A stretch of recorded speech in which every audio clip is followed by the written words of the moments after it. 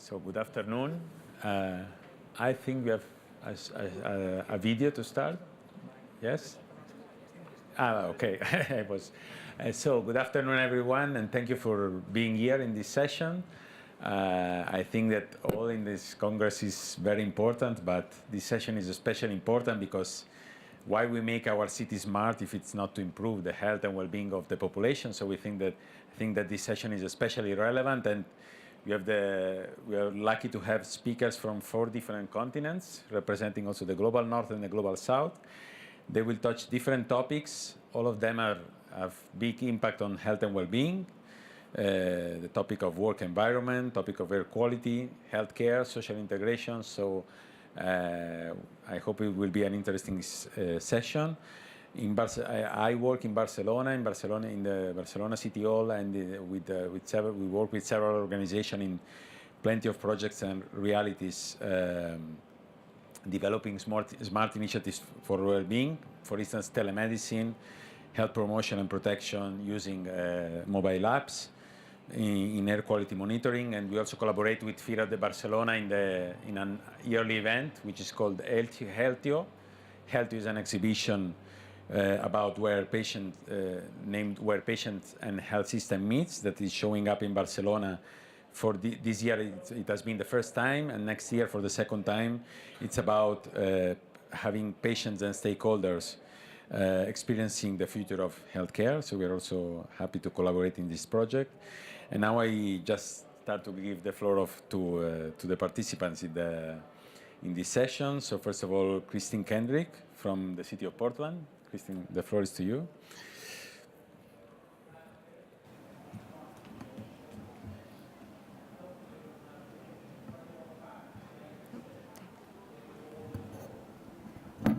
Good afternoon, everyone. My name is Kendrick from the city of Portland, Oregon in the U.S. I work for the city in the Bureau of Planning and Sustainability. This afternoon, I'm going to tell you about a project we're working on where we are evaluating low-cost air quality sensors. So why air quality sensors? The map on this slide is showing you a picture of the city boundaries of Portland, and that green dot is the one and only air quality monitoring station that's run by our state agency in all the city boundaries. So we know that our urban roadsides are undersampled. We also know that health risk and transportation-related pollution is higher near our roads. So our residents have been asking for this data. They want to understand what's happening. What are we going to do about these uneven exposures to air pollution? But in order to incorporate public health more into our decision-making, maybe it's land use planning or other types of code for buildings, we need more data.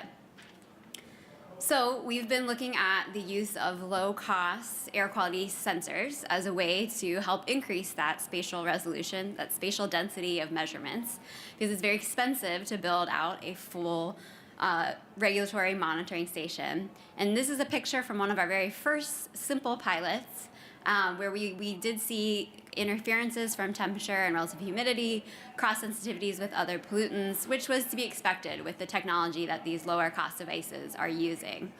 Our initial pilot also highlighted issues with data recovery. So how well we were doing in storing the data, sending it out over cellular modem, when we would lose service or not have service in certain areas. And then also that sampling inlet design still matters, even with these lower cost devices, especially for particles. So we can't just put a hole in the side of the box. So we have, over the past year, had a great testing opportunity that has been funded by National Institute of Standards and Technology, Replicable Smart Cities Technology Grant. This grant allowed us to first do a little bit more of a thorough sensor review. So we looked at about 45 different sensors or devices that were combining sensors. And what we were looking for in this initial review is we wanted devices that at least had some type of evaluation data set prior to coming to our project and our tests. We also needed devices that were ready to be deployed outside, so they had weatherized housing. We didn't want to be in the business as a city of building our own boxes or having to put out cabinets, so we needed these devices to be ready to go and to be installed on the pole. So the 3 sensors that came to the top of our list at our review and are the focus of this project is the Sensivere Ramp, which is a company from Pittsburgh, Pennsylvania, APIS Sensor Cell, it's a local Oregon-based company, and then also the University of Chicago Argonne National Laboratory Array of Things node. This node is different in that it didn't have a lot of the evaluation data for the air quality, but it had so much research and investment into the CPU, the computer processing unit, behind the device, and that was also an important piece. So our project is designed that we are doing lab testing, then field deployments, and then roadside deployments. So in the lab, we're partnering with Portland State University. Pictured here on your left is a picture of the chamber that they recently got. So this is really great. We can stick a whole sensor device inside of that chamber. We can expose it to known concentrations of gases and particles. So we're comparing that signal. You can build really good calibration models. And you can also change the temperature and relative humidity and do mixtures of pollutants. So we're really trying to understand what those issues are. Are there things that need to be changed in the calibration model or the device to help address those issues? For the roadside deployment, we are deploying them out into a part of Portland called East Portland. And this intersection specifically has what we call our CLEAR station, which stands for Curbside Lab for Emissions and Air Quality Research. So this station has reference instruments housed in a traffic signal cabinet. It's not as robust as that state regulatory monitoring station because it's not, temperature controlled and not calibrated as often, but it gives us a nice check again against the reference instrument and these devices out in the roadway. So the primary bulk of the work that's been done so far has actually been the testing at the Oregon Department of Environmental Quality field station. So this is a background field site, that green dot from the map on the second slide, this is that station. So this is the top deck with all their instruments. And we are allowed to go out and deploy our sensors. And so what we do, the sensors from the companies, so what we do is we're deploying 3 at a time. We want to understand not only how the sensors compare to the reference instruments, but also how well they compare to each other. So before we start to put them out all over the city, we need to know that they're telling the same story in order to understand differences across neighborhoods. So I'm going to show you a little bit of preliminary data that we have here, and then go in to talk about lessons learned and where our next steps, where we're heading with this project. These 3 graphs show the APIS sensor cell NO sensors compared to the DEQ reference instrument. The reference instrument is on the horizontal axis. The sensors are on the y-axis. So we can see from this month of data that we collected, all 3 sensors are tracking pretty well with the reference instrument. This is good. The next step is also to then analyze the sensor versus sensor. Looks pretty good. We're at least having the same range of concentrations for each sensor, for each NO sensor. And then this is preliminary data from the deployment at the DEQ station with the ramp Sensivere device. And on this graph, you have ozone on the vertical axis and time and date on the x-axis. So what you're seeing here is really just this initial look at our first 2 week and a half of data. And at the very beginning, the first day and a half, the blue line is the sensor. The orange line is the reference instrument. And you can see that they don't track very well at all. And this shows you that there is a really important warm-up period for these sensors. So really the first 24 to 48 hours of data really isn't going to be useful when you're using small electrochemical sensors that are inside these devices. So after that setup time, we had a unfortunate local forest fire event. Obviously it was not planned or expected, and we had very high levels of ozone and nitrogen oxides come into the Portland area. So the sensor did catch that event, and you can see pretty good agreement in this initial check. But what unfortunately this meant for the timeline of our project is that we really had to have the sensors out there for a lot longer than expected because we are trying to build a calibration model. So this is great. We really have those extreme high end of the data, but we weren't really getting the typical lower ambient concentrations that we also see throughout the year. So this meant more time added on to this data collection and this stage. So, as you noticed, I didn't have any data from the Argonne National Laboratory and University of Chicago Array of Things nodes because we haven't gotten them yet. So this is kind of our first lesson learned that manufacturing delays are going to happen with these types of devices. It's not your typical infrastructure piece that you're buying for the city. So different components are made by different companies or organizations, and so delays are going to happen. I'm happy to say that I'm close to having a shipping tracking number for those, and we'll be getting them in about a month. So next steps, we'll be doing the lab testing with those devices. I think also thinking about that these are non-traditional infrastructure pieces for cities is that we also don't really know what kind of maintenance they're going to need. So once we put them onto the traffic signal poles and light poles, this isn't your typical piece of equipment that maybe should have lasted for 20 to maybe even 50 years. So there's going to be a lot more maintenance and different types of asset management that we've had to work with our procurement office and our Portland Bureau of Transportation on to figure out. Also with that we had to unexpectedly take about a 6-month piece of this past year to work on rebuilding a new citywide comprehensive policy for attachments to our poles, to our vertical infrastructure. So this was unexpected. Very quickly, it's ramped up. There's a lot of demand for the city's infrastructure in the public right-of-way. So not only sensors that the city wants to install, sensors that private companies want to install, small cell sites. We have to think about autonomous vehicles coming. So there's a lot of demands for those poles, and how do we manage that resource best that is in the public right-of-way, and it's a public resource. So that was also an unexpected piece into this sensor validation study. So next steps, what we're focusing on, we're pulling the permits right now for the roadside deployments of the APIS sensor cell and the Sensevere ramp. Those will be going up over the next month, as long as we have no snow and ice and our crews are able to put their time into installing these devices. And once we have that data coming in from the roadside, what we have planned for January and February is actually some small community-focused work groups, and specifically meeting with certain panels of equity work groups from some of our transportation nonprofits. And what we want to focus on there is sharing the data that we're collecting from the roadside.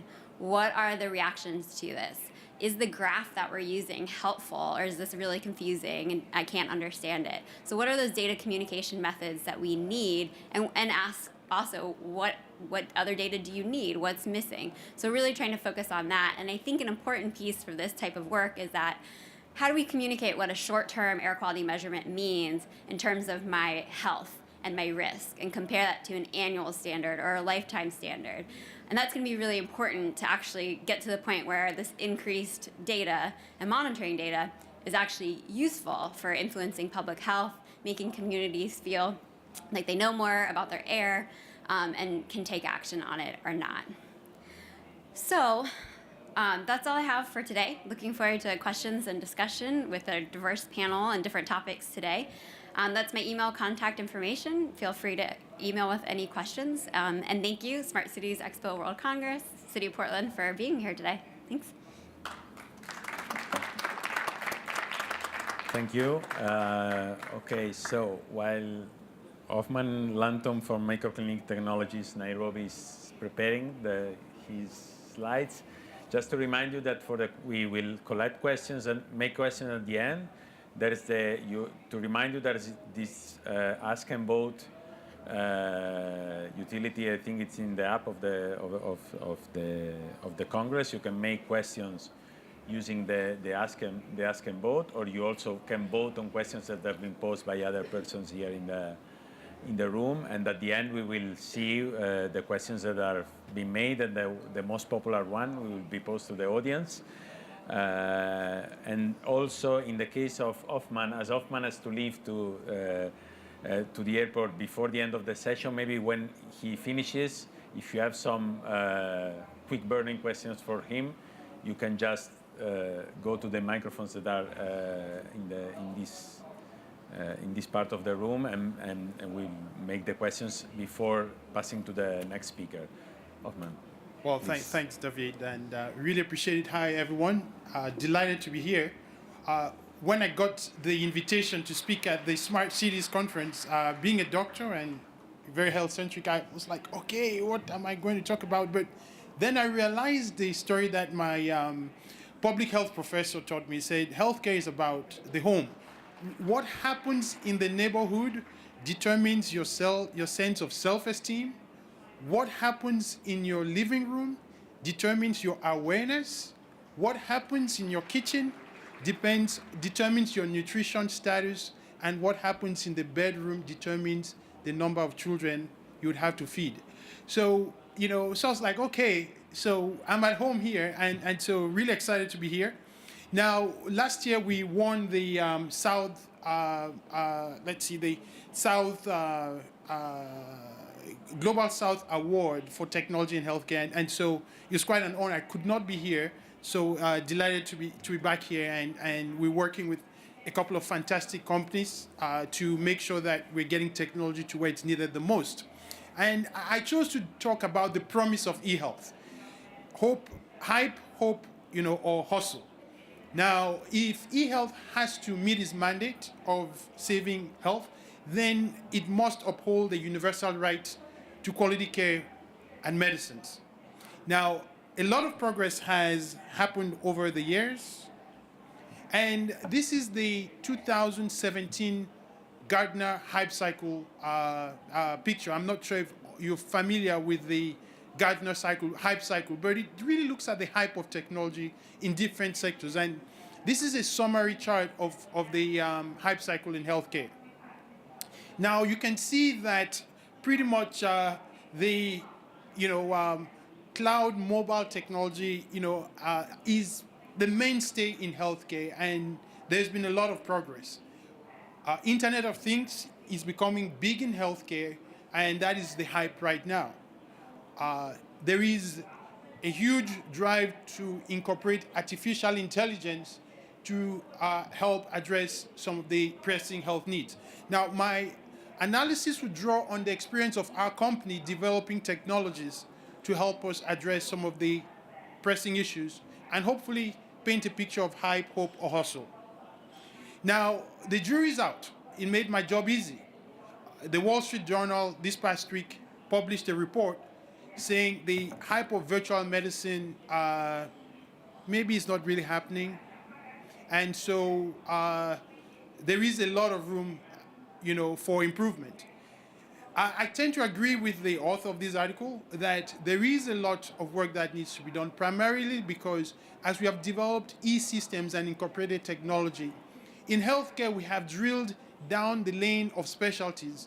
So you have a lot of technology for heart surgery, neurosurgery, but if you really look at it from the perspective of society and healthcare, there are lots of gaps, which I'll try to point out. Now, I'm going to tell you a little story that really influenced how we think about technology as a company. This is a picture of me as a doctor. I'm seeing this patient in Kenya in one of the rural hospitals. Long story short, get that 8 o'clock. 2 years, we had deployed an electronic medical record system in this county, and I'm doing support supervision. I get there, the nurse is seeing a baby. The nurse puts in a data system malaria. But the child was there with the mother, the grandmother, and the father of the child. As a practitioner, I knew there was something wrong. I examined the baby. The baby had pneumonia and meningitis. So artificial intelligence in the resource-limited setting is important, and it is very expensive to do. However, that story doesn't end there. That was 8 o'clock in the morning, 8:15. The mother leaves with the baby and goes 15 kilometers down the road, and she looks for the medicine that I had prescribed, couldn't find it. At 11 o'clock, she goes to another city close by. She couldn't find it. She finds the medicine around 1 o'clock in the afternoon.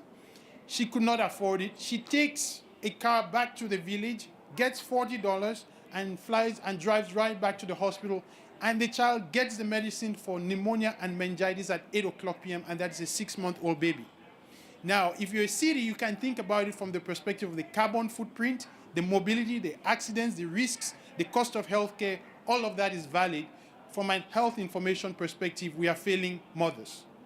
So we decided as a company to adopt a strategy whereby we would have technologies that are trying to address different components of the healthcare system. Now, we have one technology which is branded ZD, for which we're recognized, and we're working with Huawei Technologies to use it as an information, an ERP system for hospitals and health systems. The idea being really transmitting information for decision-making around healthcare management, telemedicine, if you will. We've developed another system, Whoop, which I'll talk about, which is about helping the healthcare workers identify risks before they happen and giving them a convenient way to update health records. And then the third solution, branded iSecure, is a solution which we designed for the patient to help them make decisions so what happened to that mother could be averted.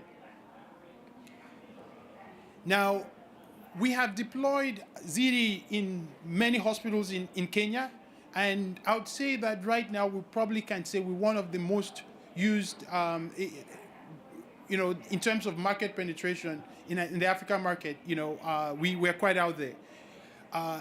We did a telemedicine solution with Huawei Technologies, where we are looking at transmitting health data from remote villages to central locations to assist with diagnosis and really reduce the mobility of patients with chronic conditions. That work is work in progress, so we don't have a lot to report on. But what I can say is that it is that kind of technology and that kind of deployment that is really making a difference in people's lives. We have done work in vaccine management, which I'll show you. This is a success story which I'd like to report on. Now, we developed this platform, WHOOP, which stands for Way Out of Paper, thinking about it from an environmental perspective, to say how can we predict events before they happen. Now, we developed this whole system whereby a healthcare worker can update a patient's record within less than 53 seconds. You select the patient, you select the vaccine antigen, you update the records, and the patient's e-record becomes updated. We piloted it in 7 sites, and we had 1,536 babies part of this work. And we are able to predict which child would be on schedule with their vaccine schedule, which child would be delayed, catch up, which one would progress slowly but ultimately get their vaccines, and which households are likely to default on their vaccines. Now, looking at the seasonality from this study, over 75% of kids that we looked at in this study are delayed for vaccines. That may not mean much to some of you, but it is a big, big risk that cities and countries are facing because of delayed access to vaccines. We went further, and working with the team at SAS, we've been able to now do run chart analysis where real time, when the data is coming to our database, we can profile the child in the households and say and identify which risk group they are in. And trigger signals. This is showing signals that are triggered from our database real time that can send messages to a household to avert, delays.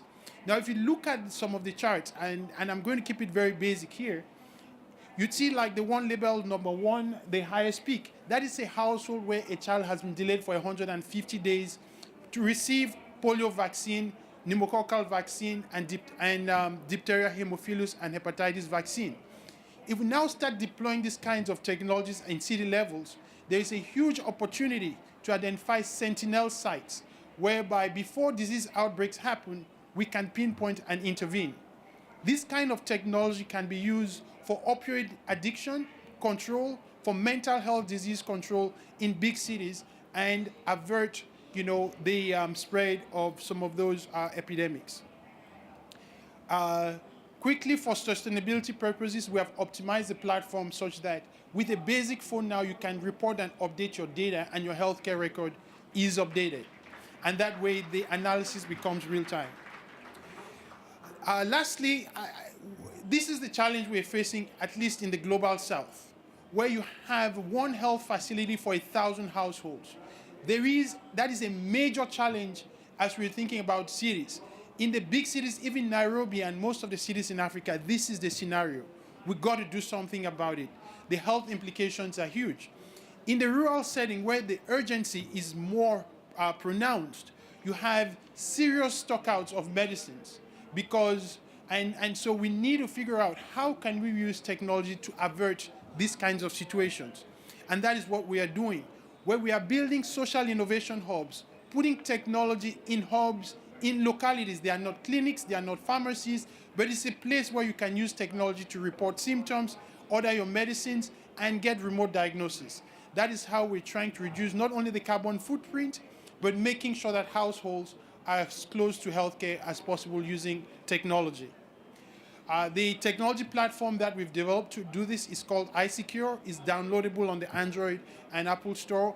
And right now I can buy medicines for my mother in Kenya and it would get delivered to her within the next 48 hours. That is how we are trying to reduce the cost and make sure healthcare is available from the social innovation hubs. And we're trying to use some of this data to understand mobility patterns, whereby if you buy a medicine and we understand your mobility, it could feed into a big data warehouse and allow us to forecast diseases based on prescription habits. And this is an example of one of the hubs where we're collecting data. So in a nutshell, there is a lot of hype, there's a lot of hope, and there's a lot of hustle. We need to improve access to healthcare. Right now, access to technology is happening only in the hospitals. We need to take healthcare more into homes. Payment system innovation is huge. We are so dependent on insurance companies to pay for healthcare and it's driving costs. And voice of the customer is still underrepresented in the healthcare sector, and access to medical information is still a big constraint. So there is a lot of room for improvement in healthcare, and I believe the hype is there, but there is still the hustle of making healthcare affordable to save lives in the big cities as well as in the rural areas. Thank you very much for your attention. Thank you very much. Very inspiring. As I said, that as he has to leave, if you have some short question now, it's the moment, because he can be here until the end of the session. If you want just to raise your hand or go to the microphones. And if not, a little bit more of time. Okay, so thank you. Thank you. Very much, very inspiring. So now it's the moment for Mr. Krishnamurthy Gowda from Bengaluru in India. Bangalore? Okay. Floor is yours. Yes, I think.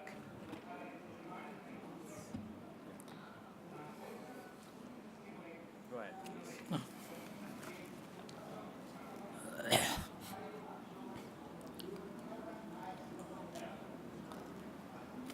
Respected delegates and participants, I am really proud to make a presentation in this beautiful city, Barcelona.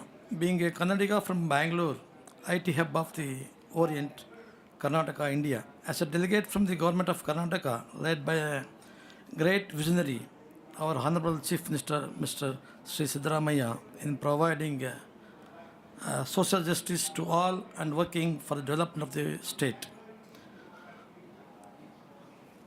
He also strives hard to provide integrated health, especially to the poor who are below poverty line and to those above poverty line, that is middle class people in our state.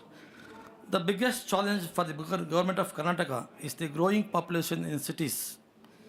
These challenges manifest itself in providing pure drinking water, sanitation, sewerage, and health amenities.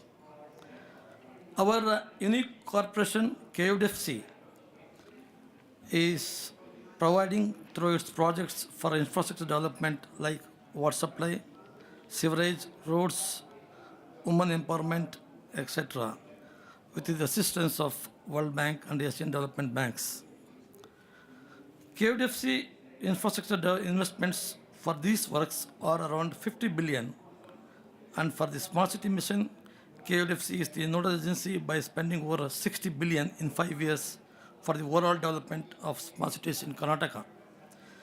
In advancing the health and well-being of people in cities of Karnataka, the government of Karnataka has taken several initiatives and schemes which I would like to make a presentation on now.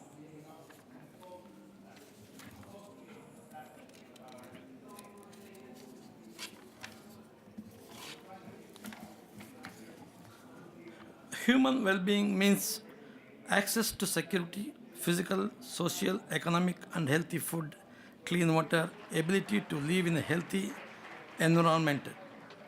Human well-being also includes some basic human rights such as food, water, shelter, and health and safety. Upward mobility is also possible with education opportunities. Healthy, well-fed, socialized children tend to do better in education, but all do not have access to quality health care, nutritious food, and environment of clean air and water. Thus, first step towards achieving well-being is simple and clear. That is access to basic human rights such as food, shelter, clean water, and health. The UN Conference on Sustainable Development resulted in a document titled The Future We Want. World leaders committed to migrate from the Millennium Development Goals, which focused on addressing major gaps in human development, to Sustainable Development Goals. The SDGs are universal for all nations, which have 17 Sustainable Development Goals, as seen in the diagram. Next.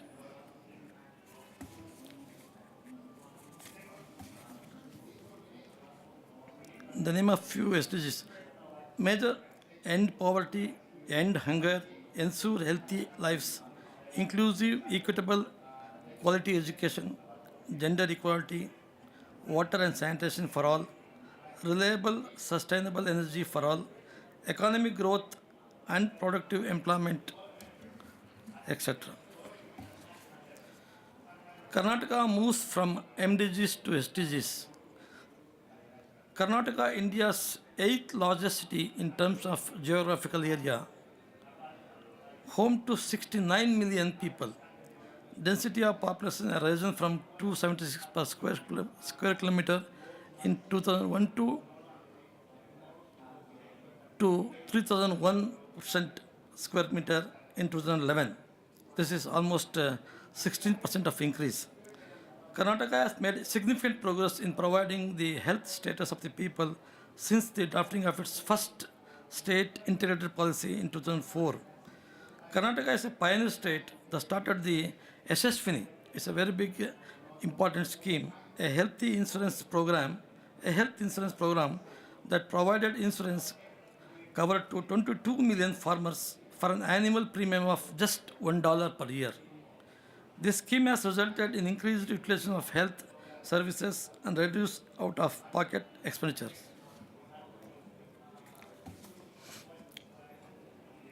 Together with the central and state government, also started RSBY, National Health Insurance Scheme, that currently covers 35 million families living below poverty line. And also, that Vajpayee Arogyasri scheme also provides super specialty services to the families below poverty line. Measures are currently being taken by the government of Karnataka to cover all schemes, initially under one implementing agency with the aim of covering all schemes under the umbrella of universal health care. Incentives Karnataka's efforts towards USC. Through the National Health Mission, Karnataka provides primary health care to vulnerable populations throughout the state. Assisted by the Government of India schemes, Karnataka provides secondary health care to the targeted populations across the state. Through the government schemes targeted the APL and BPL populations, Karnataka covers more than 90% of its population in tertiary care.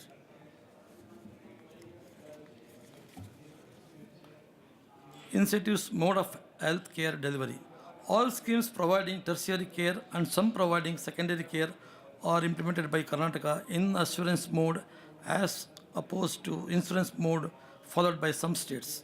The scheme targeted at BPL families was commended by the World Bank in a study 2014, which found a reduction of up to 64% in out-of-pocket expenses by beneficiaries.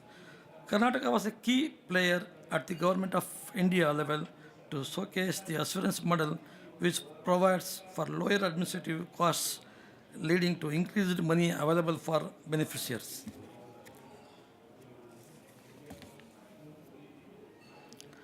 Incentives existing health insurance assurance schemes in Karnataka. The major schemes, ESIS, 8 million individuals are covered, and SSVINI, 3.4 million individuals are covered. Vajpayee Arogyasri scheme, it covers 11.3 million households. and Rajiv Arogya Bhagya, which covers 3.4 million. Jyoti Sanjeevani scheme, it covers 0.6 million families. Then RSBY, this scheme provides 6.4 million families.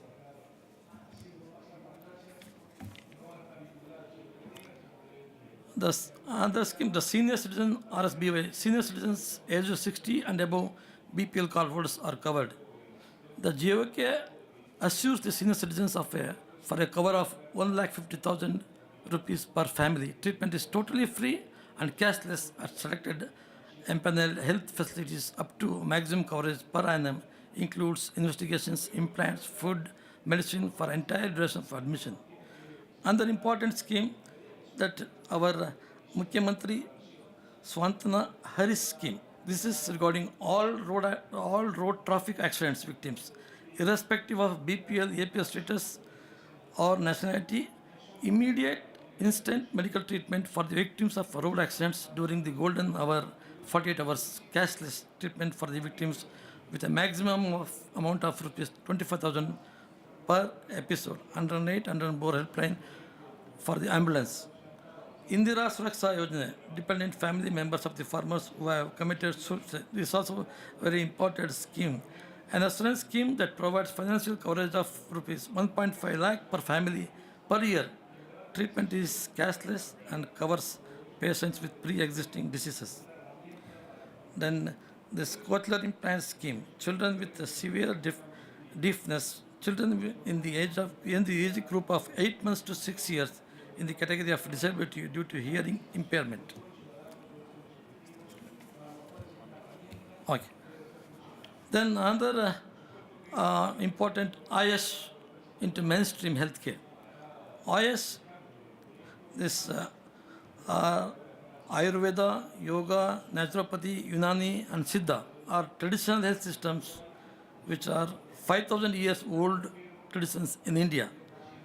Our government established all these centers of excellence for IS medical practices and create an enabling environment for traditional practitioners as well as exploring this to more inclusive cities. Some of the initiatives proposed under the smart cities mission: multi-specialty hospital in smart cities, trauma centers in smart cities, upgradation of government hospitals in smart cities. Lastly, the impact. All these health policies made a tremendous impact. That is, the life expectancy has gone up. What used to be 62.3 years per male and 63.9 years for female in 2001 and 2005 is now 67.3 years for male and 69.6 years for female in 2011 and 15. To an extent, the population growth has been contained. Protected water is being provided. Women empowerment led to increased working women force. Working population increases drastically, especially skilled labor, that is, with a special emphasis on technology workforce. All these factors have resulted in the emergence of Bangalore as the IT capital of India with worldwide recognition. Thank you.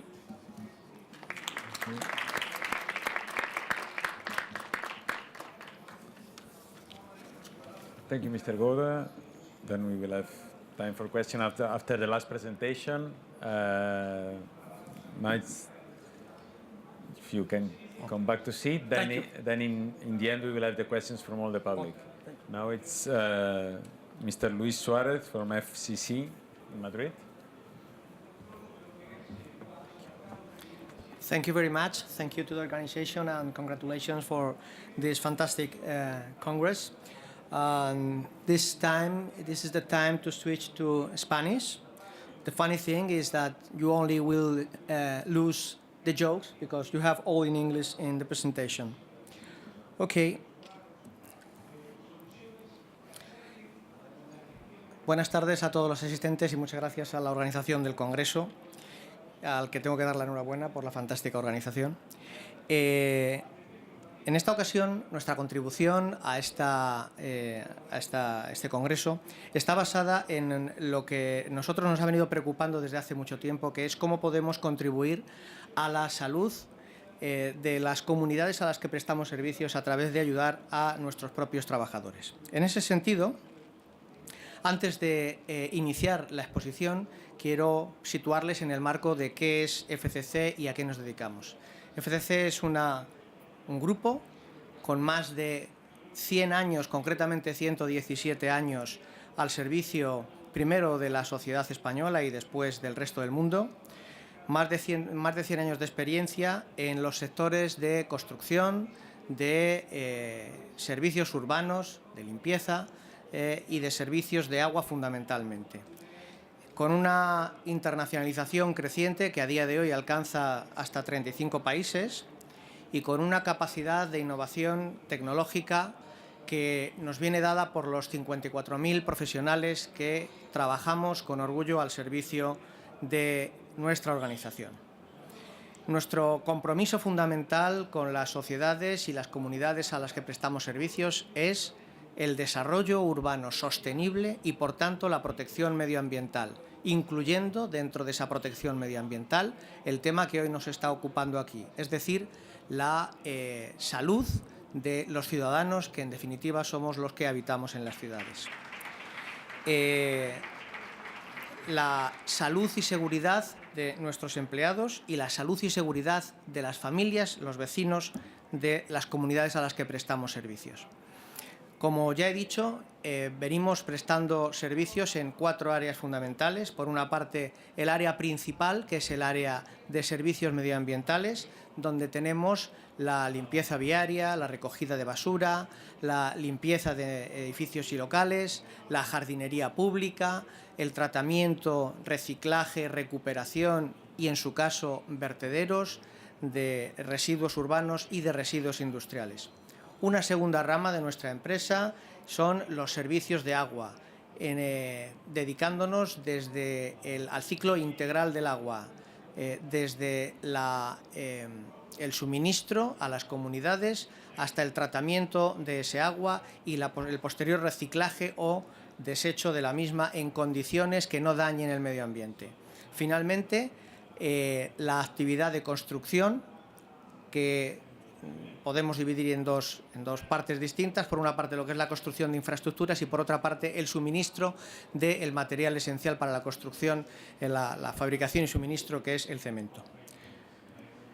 Concretamente, en el área del que soy responsable de recursos humanos, que son los servicios medioambientales, como he dicho ya, nos dedicamos a 6 actividades fundamentales que desarrollamos en más de 5.000 municipios en España y en 13 países del mundo, entre ellos en 3 continentes distintos, incluyendo América del Norte, África y Europa. Desde la tecnología, desde los avances tecnológicos, podéis ver ahí fuera, ahora cuando salgáis, los camiones eléctricos que tenemos en servicio aquí en la ciudad de Barcelona, desde la tecnología y desde la gestión que nos dan más de 100 años de experiencia, nuestra contribución al bienestar urbano viene dada a través de nuestra preocupación inicial por cuál es la seguridad y la salud de nuestra plantilla, de nuestros operarios. En este sentido, decir que para situar el marco, nosotros tenemos un 95% de plantilla que son blue collars, es decir, trabajadores, operarios fundamentalmente manuales. Estamos hablando de trabajos con exigencia física y de trabajos que están sometidos a graves inclemencias meteorológicas. No lo he dicho antes, pero la plantilla de la que estamos hablando en el área de servicios medioambientales es de 42.000 empleados aproximadamente, hombres y mujeres que desarrollamos nuestro trabajo en 13 países distintos, de los cuales 30.000 aproximadamente lo estamos desarrollando en España, que es el core de nuestra actividad y donde se han desarrollado los programas que a continuación voy a compartir con todos vosotros. En primer lugar, ¿De dónde parte todo esto? Hay un principio ético, le tenemos que devolver a las comunidades lo que las comunidades nos exigen, a las sociedades para las que prestamos servicios lo que esas sociedades nos exigen. Ese principio ético y de proximidad que nos planteamos hace ya muchos años en FCC, en el caso concreto que nos ocupa, parte de la base de considerar el bienestar y la salud de nuestros trabajadores algo esencial para nuestra organización, y no solamente debido a nuestra preocupación por los propios trabajadores y por sus familias. Hay detrás de ello, evidentemente, como todos sabemos, un aseguramiento de la continuidad del negocio, un aseguramiento de la productividad y de la competitividad, en una actividad que desarrollamos fundamentalmente marcada por un diálogo social permanente. No se entendería ninguno de los programas y ninguno de los procesos puestos en marcha sin un consenso previo tanto con los principales interlocutores sociales como con los principales interlocutores laborales y sindicales. Es esencial para la puesta en marcha y para el éxito de estos programas contar con la colaboración, contar con el acuerdo previo de estos interlocutores, que son auténticos socios para la puesta en marcha de estos programas. Es no solamente el éxito de la organización lo que está en juego, sino más allá del éxito de la organización, es el cumplimiento de una de las metas que nos hemos marcado desde hace muchos años en FCC, que es tener en todo momento una contribución responsable a nuestras comunidades, proveyéndoles de servicios y siendo un interlocutor indispensable para asegurar la sostenibilidad medioambiental y la sostenibilidad social. Partiendo de esa premisa, partiendo de ese marco, entendimos que el lanzamiento de campañas aisladas, el de programas puntuales, no era suficiente, sino que necesitábamos dotarnos de un marco sistémico, de una política sistémica que nos hiciera desarrollar todas aquellas acciones con una dirección y un sentido. Por tal motivo, nosotros elegimos integrar nuestro sistema de management, nuestro sistema de gestión de la salud y seguridad, del bienestar, en definitiva, de nuestra plantilla, a través del modelo denominado por AENOR de empresa saludable. A mí me gusta más hablar de bienestar laboral. No solamente es la empresa la que debe ser saludable, es el bienestar laboral de nuestras plantillas, de nuestra gente, el que tenemos que buscar. La certificación y el programa establecido en el marco de empresa saludable desarrolla la salud, la seguridad y el bienestar, en definitiva, de nuestros empleados como un conjunto de acciones dirigidas a garantizar que el centro de trabajo se convierte en un espacio de sostenibilidad y de bienestar para toda la plantilla, para todos los trabajadores. Pero más allá de nuestros trabajadores, tenemos que ir fuera de la relación profesional, fuera de la relación laboral, a el entorno personal y familiar de esos trabajadores. Por eso, nuestro objetivo ha sido mejorar no solo la salud de nuestros trabajadores, sino también la salud y el bienestar de las comunidades a las que prestamos servicios. Son 3 pasos muy sencillos. Esos 3 pasos los podemos, si tenemos que dar algunos números, los podemos cifrar en hasta 54 programas llevados a cabo en distintas unidades de negocio y en los propios servicios centrales, y hasta 7.600 trabajadores que se han beneficiado de los mencionados programas. Voy a poner 3 ejemplos. En primer lugar, cómo empezamos con la salud de nuestros propios trabajadores. He dicho que se trataba de unas actividades muy exigentes físicamente. Una de las cosas que descubrimos es el inmenso impacto que tiene en las lesiones musculoesqueléticas la actividad que desarrollan nuestros empleados. Hasta un 27% de impacto en el absentismo laboral. Comenzamos programas en distintos puntos de calentamiento previo, calentamiento deportivo, antes de empezar el trabajo. Junto con ello, empezamos programas de team building de los equipos de trabajo que tenían que desarrollar sus trabajos en distintas zonas de la ciudad. Y al final del día, también estiramientos una vez que se ha realizado la actividad. El resultado ha sido un descenso del 30% en el absentismo laboral como consecuencia de lesiones musculoesqueléticas.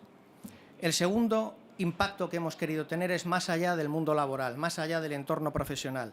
Hay hábitos y conductas que hemos querido erradicar de nuestras plantillas y del entorno de nuestras plantillas. Hemos desarrollado campañas específicas contra el alcohol, contra las drogas, contra el tabaquismo. Pero además de combatir los hábitos incorrectos, hemos de fomentar una cultura y hemos fomentado una cultura de la salud, cambiando los hábitos alimenticios y desarrollando programas de educación nutricional para nuestra plantilla. No solamente en el aspecto físico, también es importante el aspecto psíquico y emocional. Por tal motivo, hemos desarrollado igualmente programas para evitar el estrés, para enseñar mindfulness y para, en definitiva, intentar implementar el bienestar emocional de nuestras plantillas. Pero más allá de nuestra plantilla y de nuestra gente y sus familias está la sociedad para la que prestamos servicio, las comunidades. Algunos de los programas se desarrollan más allá, intentando dar una respuesta a problemas sociales como la movilidad y el desarrollo de energías alternativas o de movilidad sostenible alternativa a la actual. Hemos desarrollado programas en varias ciudades, haciendo reciclaje también y ya termino. Y esto ha repercutido en las comunidades a las que prestamos servicios. En definitiva, y con esto termino, lo más importante, como decía al principio, es que lo estamos haciendo juntos. Muchas gracias.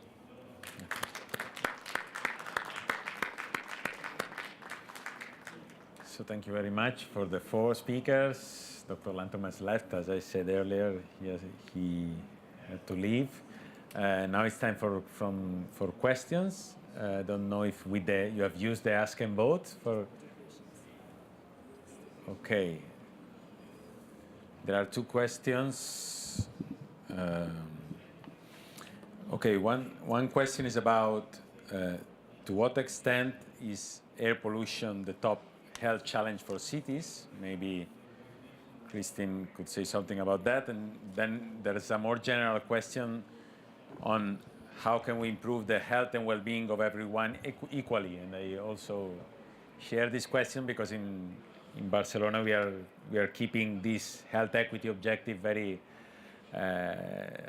much in mind. So when we are performing this kind of program, maybe also this could be a question for both Mr. Gowda and Mr. Suarez, because and I think that it's already in their work, because the universal healthcare access as the topic of expanding the coverage to all the population, and also your program is also, as you said, is already focused on your population, which is mainly blue-collar workers. But do you ensure that within your population everybody's benefiting, men and women, different categories, different? Have you, in the evaluation of your program, are you looking at these kind of things? If really most of the company workers are benefiting, or some are benefiting more than others? So, and also just I would like to add to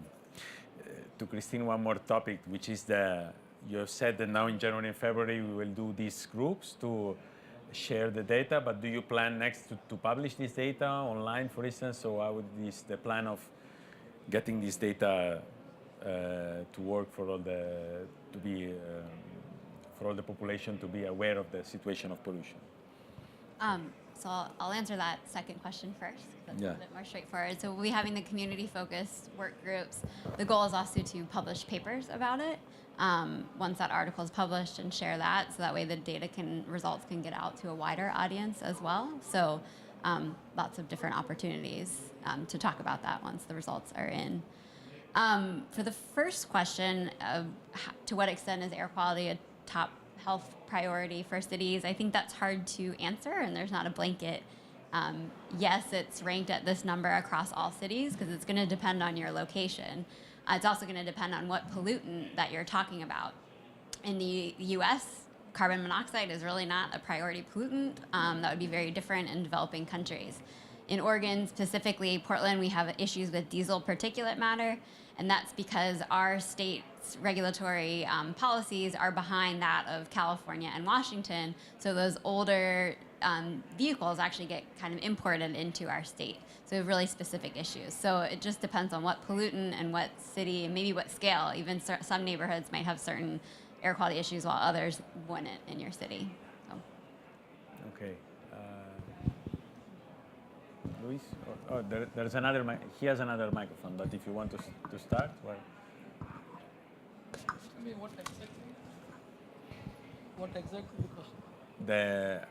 How did you, with this health coverage expansion programs, how you're reaching all the different sectors of the population? How are you ensuring that everybody benefits equally from these programs? If you have a take on that. Especially in Karnataka, our state in India, measures are taken by uniting various schemes implemented by the central government and state government under one scheme, universal health care. Under this scheme, our government is providing, especially for the below poverty line people and even for above poverty line, that is middle class people, up to 90% of the people are covered under this universal health care in this scheme. Our government, or all the health facilities are given by our government by different insurances. And SSPNI, many schemes are covered under one universal health care. In this scheme, 90% of the poor and below middle class people are getting health benefits.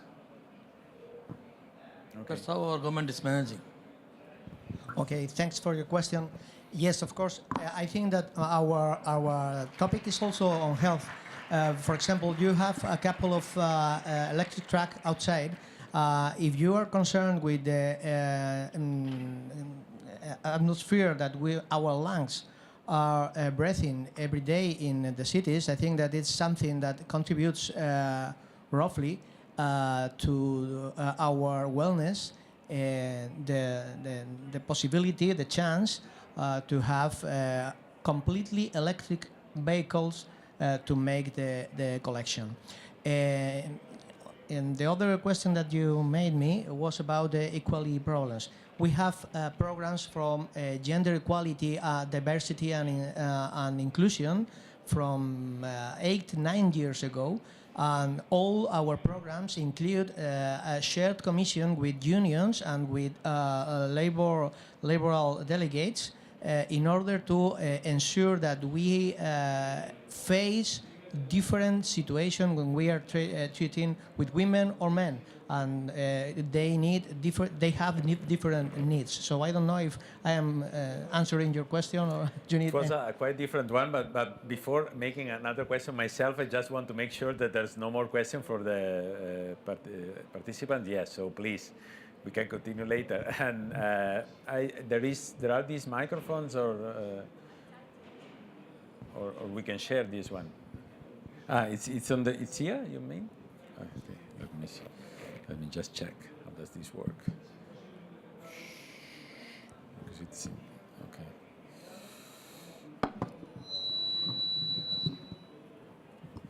Okay. Hola, buenas tardes. Tenía una pregunta for señor Sarcos. Es una cosa tener un programa, pero otra cosa que lo hacen. So my question's around adoption and change management. How was he able to get, he had such a successful program, but how was he able to get the workers to actually comply with that? Yes, there's the other questions is also for the same person, which is about how do you defend investing in health for employees when the gain are perhaps not so measurable. You made an example of measure of impact, but and so my additional question was about measuring the impact of your programs.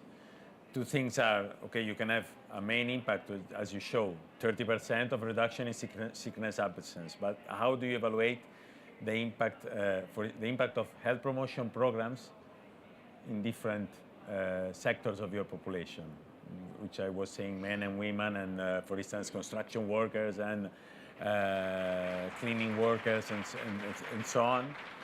And an additional thing that I put the question about is these healthy habits require also time, resources, sometimes economic resources, motivation, and sometimes also the working condition and the employment condition and the salaries are also influencing on that. So how do you manage that you're not just promoting what's good for health, but you're also making for workers the condition easier in the work life and outside the work life to get these healthy habits?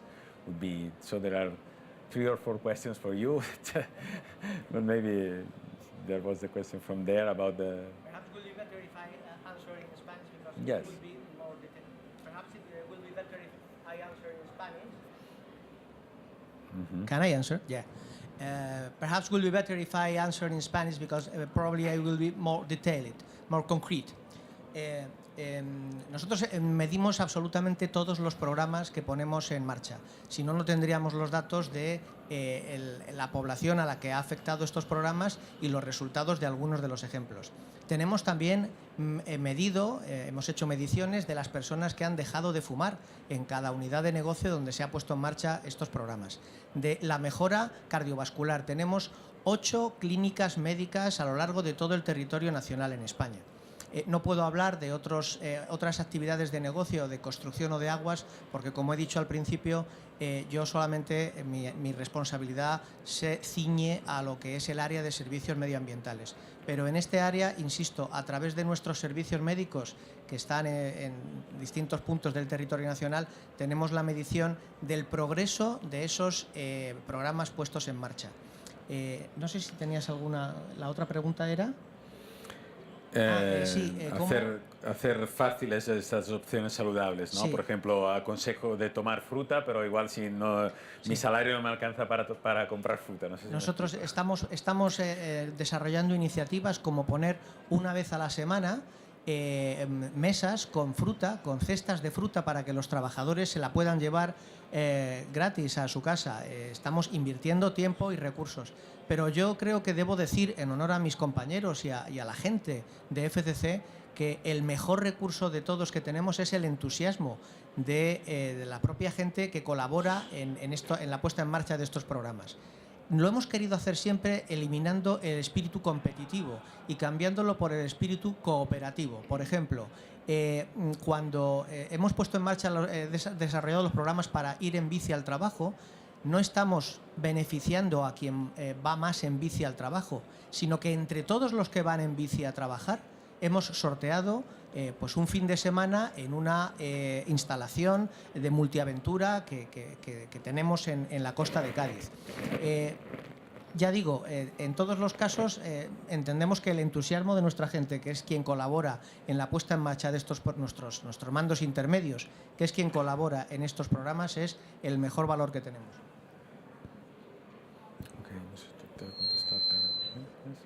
So, I think that time's up. We have touched in the session several different topics. I hope it has been interesting for you and you've got insights that you can bring home for your own work at home. And thanks again to the speakers for their time and their patience answering also the questions. And thank you very much.